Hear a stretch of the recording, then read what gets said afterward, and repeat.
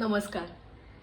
कथासागरमध्ये सगळ्यांचं स्वागत. आज तुम्हाला मी अतिशय एक वेगळ्या झाडाची अद्भुत झाडाची ओळख करून देणार आहे. गंमत म्हणजे फुलं रंग बदलतात किंवा जसं फुल मोठं होत जातं, फुलत जातं, तसा फुलाचा रंग बदलतो, सरडा रंग बदलतो हे ऐकलंय.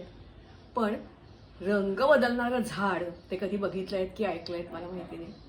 कदाचित कोकणात राहणारे, विंध्य पर्वतात, सातपुड्यात राहणारे आदिवासी किंवा त्या भागात वारंवार कामासाठी जाणारे यांनी जरूर बघितलं असेल.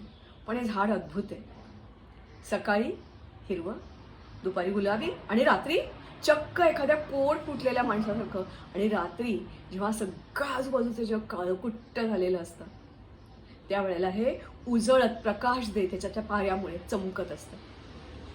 एवढंच कशाला, तर हिवाळ्यात याचा रंग वेगळा, पावसाळ्यात वेगळा आणि उन्हाळ्यात वेगळा. असं हे अद्भुत झाड.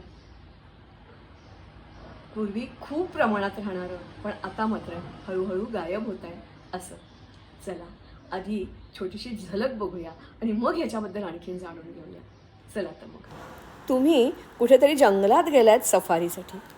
रात्रीची वेळ, सगळीकडे काळाकुट्ट अंधार आणि भयान शांतता. अशा वेळी मधूनच तुम्हाला रातकिडे किंवा किरकिर किरकिर किरकिर किरकिर किरकिर असा आवाज येतो आणि असं काहीतरी चमकणारं विचित्र समोर दिसायला लागतं आणि भीतीला पाचाची धारण बसते, दात खीळ बसते. मात्र घाबरू नका, हा असतो वृक्ष. इतरांना घाबरवतो, भूतासारखा वाटतो, म्हणून याला म्हणतात भूतिया. मात्र हे एकच झाड नाही आहे बरं का.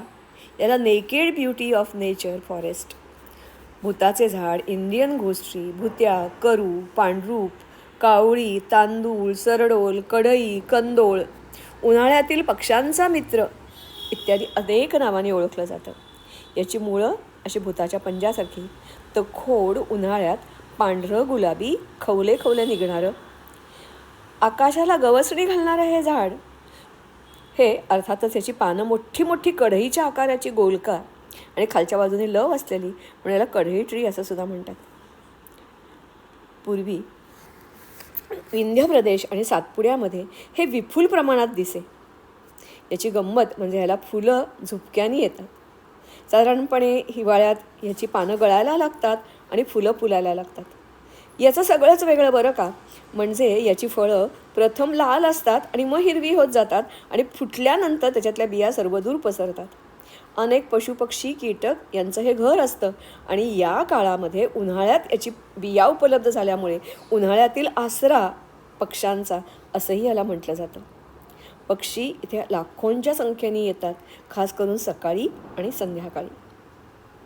असं हे वनस्पती शास्त्रामध्ये अतिशय नावाजलं गेलेलं, बायोडायव्हर्सिटी जपणारं आणि पूर्णपणे भारतीय मूळ असलेलं असं हे झाड. याची अशी तुऱ्यानी येणारी फुलं, अर्थातच या फुलांच्यामध्ये लाल जे टिपके दिसत आहेत त्याचीच मग नंतर फळं तयार होतात. प्रत्येक फळामध्ये 4-4, 6-6 बिया असतात आणि ह्या ज्या सगळ्या बिया असतात या सगळ्या बिया ह्या चमकणाऱ्या असतात.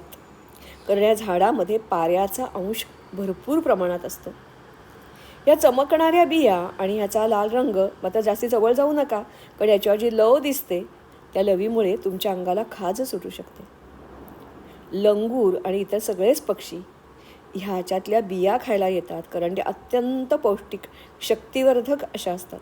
आदिवासी लोकांना ह्याची माहिती होती आणि म्हणूनच आदिवासी लोकंसुद्धा या बिया गोळा करतात, साठवतात, भाजतात आणि खातात. अर्थात याची पानं, फुलं, खोड, मुळं ही सगळीच उपयुक्त. कापड बनवण्यासाठी, सूत बनवण्यासाठी आणि खास करून याचा उपयोग जो होतो तो म्हणजे सौंदर्य प्रसाधनात, औषधांमध्ये, निरनिराळे प्रोरिजेस बनवण्यासाठी युरोपात याला मागणी आहे. याच्यापासून जो डिंक मिळतो त्या डिंकाला एक वेगळं नाव आहे, कराया.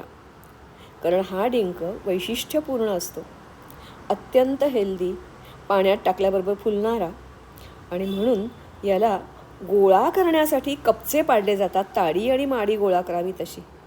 आणि मग भरपूर पैसे मिळतात या लोभापायी. अनेक कपचे पाडून मोठ्या प्रमाणात डिंक गोळा केला जातो आणि झाडाला जणू काही मृत्यूपंथाला लावलं जातं. आणि म्हणूनच सध्या एक्स्टिंग्विश होणारं झाड या यादीत याचा समावेश झाला आहे. हे झाड पूर्णपणे भारतीय वंशाचं आहे आणि म्हणून पुराणात असे उल्लेख आढळतात की हे दैत्याचं झाड आहे. म्हणजे खरोखरी तिथे दैत्य राहत होते नाही आपल्याला कळायला मार्ग नाही, पण याचा गैरफायदा मात्र वैदू घेतात. ज्यांना बाधा झालेली आहे, भूत लागलेलं आहे, हडळणीने किंवा भूतानी पछाडलेलं आहे, अशी लोक मग वैदूकडे येतात आणि वैदू या झाडाखाली त्यांना घेऊन येतात, उपचार करतात. काही काही मोठमोठ्या झाडाखाली देवाची मूर्ती ठेवलेली असते आणि मग या झाडाला असंख्य खिळे, छोटी छोटी कापडं असंही काही काही मारलं जातं. खरं तर हे अमानवी आहे, आपल्यासारख्या सुशिक्षित माणसांना पटणारं नाही आहे, पण हे आजही होतं एवढं खरं आहे. असं कित्येक शेकडो, किती जुनं आहे माहिती नाही, अशी काही सोमभद्र या ठिकाणी विंध्य आणि सातपुड्यात छत्तीसगडमध्ये आजही हे वृक्ष कायम आहेत. पण मगाशी मी जे म्हटलं की आम्हाला सुशिक्षितांना असं वाटतं, पण आदिवासी हे आपल्यापेक्षा जास्ती हुशार होते असं वाटतं. कारण कित्येक आदिवासी जमाती त्याला देवासमान मानतात. आपला पाय चुकूनही या झाडाला लागणार नाही हे बघतात, याच्या भोवती फेर धरतात, नाचतात आणि अर्थातच याची पूजासुद्धा करतात. कारण कदाचित त्यांना झाडाचे गुण नक्की तुमच्या माझ्यासारखे आहे का ब आहे, व्हिटॅमिन अमुक आहे की तमुक आहे नाही सांगता येतच नाही, पण तरीही हे झाड खूप औषधी आहे याची यांना पूर्ण कल्पना असणार. आजही जर तुम्ही कधी गेलात तर लांब सड्यावर, ज्याला कोकणात सडा म्हणतात, अशा एखाद्या डोंगरावर एकाकीपणे हे झाड तुम्हाला दिसतं. कारण याच्या बिया अगदी दगडात सुद्धा रुजतात. त्यांना पाणी घालावं लागतं, खत घालावं लागतं असं बिलकुल नाही, जरा पण निगराणी नव्हे. मात्र जरा कुठे जागा मिळाली की तिथे हे रुजतं. असं असून सुद्धा हे नामशेष होण्याच्या मार्गावर आहे. भारतीय वृक्ष नामशेष होणं म्हणजे भारताच्या संस्कृतीतलं एक देवाने दिलेलं देणगी किंवा देण आपण गमावणं असं आहे असं मला वाटतं. गनोरिया किंवा ज्याला म्हणतात की कमरेचं दुखणं असेल, प्रतर रोग असेल, याच्यासाठी याचा उपयोग होतो. हाडांना बळकटी देण्याची जी वेगवेगळी औषधं आहेत त्याच्यामध्येही याचा उपयोग होतो. तेव्हा अशी ही झाडं, ज्याला भूताचं झाड किंवा भूत्या असंही म्हणतात, किंवा मी जेव्हा नर्सरीमधून ते विकत आणलं तेव्हा कहडोळ, आणि कहडोळ म्हटल्यानंतर मला माझं कदाचित लिहिताना किंवा ऐकताना चूक झाली असेल, पण मला काही ते झाड कुठे सापडेना. मग मी ज्या नर्सरीमधून आणलं, सामाजिक वनीकरण पालघर, त्यांना मी परत फोन केला की हो हे झाड मला सापडत का नाही आहे. कारण मी माझ्या जागेत जी झाडं लावली त्या सगळ्यांची मला ओळख आली.